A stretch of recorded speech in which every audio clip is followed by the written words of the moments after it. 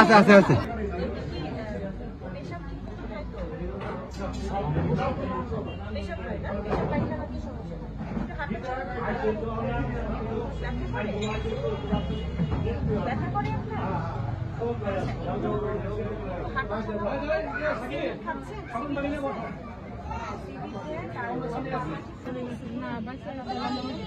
কিন্তু আমার শাশুড়ি করোনা করতে পারি তারপরে কিছু এলাকা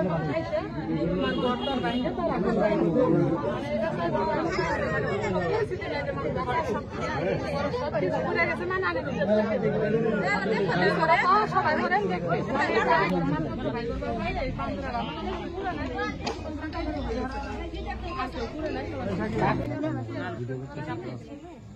না এটা আমার ছেলে না আমার ছেলে দুটো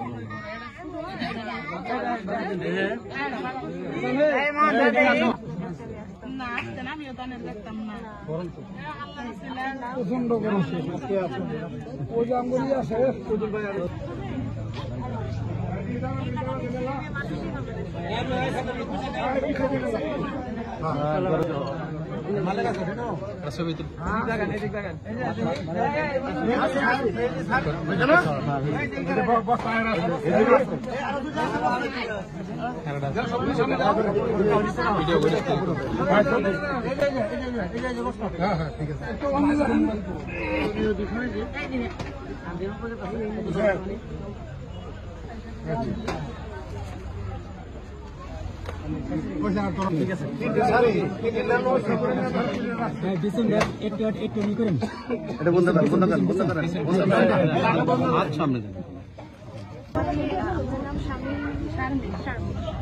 আচ্ছা আমরা আজকে শারমিন আপার বাসায় আসছি। ওনার দিন আগে বাসা পুড়ে গেছে এবং তার ঘরের সমস্ত আসবাবপত্রই পুড়ে গেছে, টাকা পয়সা থেকে শুরু করে সবকিছু, এমনকি ওনার যে গাভী গরুটা আছে সেটিও পুড়ে গেছে অনেকাংশে, উনিও পুড়ে গেছে।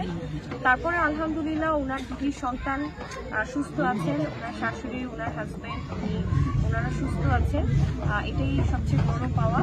তো আমরা যখন এই কথাটা শুনতে পারলাম, শহীদুল আঙ্কেল যখন জানালেন যে চরশরীপুরে এরকম একজন বাসিন্দা আছেন যার বাসাটা পুড়ে গিয়েছে, তো এটা শোনার পর তখন আমি তাৎক্ষণিকভাবেই সিদ্ধান্ত নিলাম যে আমি আসবো শারমিন আপার সাথে দেখা করতে।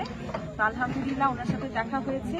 যদি আজকে অসংখ্য বৃষ্টি ছিল, বৃষ্টির মাঝখানে আসলে আমরা মনে করেছিলাম হয়তো বা আসা সম্ভব হবে না। আলহামদুলিল্লাহ আল্লাহ তাআলা ওনার কাছে পর্যন্ত পৌঁছেছেন এবং আমরা ওনাকে সার্বিক যতটুকু পেরেছি সহযোগিতা করেছি খাদ্যদ্রব্য দিয়ে এবং পোশাক দিয়ে। তো ইনশাল্লাহ তার কথা আমাদের মনে থাকবে এবং পরবর্তীতে আমরা চেষ্টা করবো জেলা বিএনপি সহ সকলে যেন তাকে আমরা সহযোগিতা করতে পারি। তো আপনারা সবাই পরিবারের জন্য দোয়া করবেন এবং আমি এলাকাবাসীকে ধন্যবাদ জানাই যারা ওনার ঘরে আগুন লাগার পরে পানি দিয়ে সহযোগিতা করেছে এবং আগুন নিভানোর ব্যাপারে সহযোগিতা করেছে। তা আমি তারপরেও এলাকাবাসী এবং ইউনিয়ন বিএনপির সকলের কাছে অনুরোধ করব আপনারা এই পরিবারের দিকে একটু তাকাবেন এবং ওনাদের সার্বিক সহযোগিতা যেন করা যায় সেই ব্যাপারে একটু আপনারা চেষ্টা করবেন। আমরা ভরসা আমরা পরিবারের জন্য দোয়া করি, আল্লাহ ওনাদের কষ্ট দূর করুক এবং উত্তরোত্তর আল্লাহ তাআলা ওনাদেরকে রিজিক দেখ এবং ওনাদের জীবনটা যেন সহজ হয়, আমরা দোয়া করি ইনশাআল্লাহ। অবশ্যই আপনারা ভালো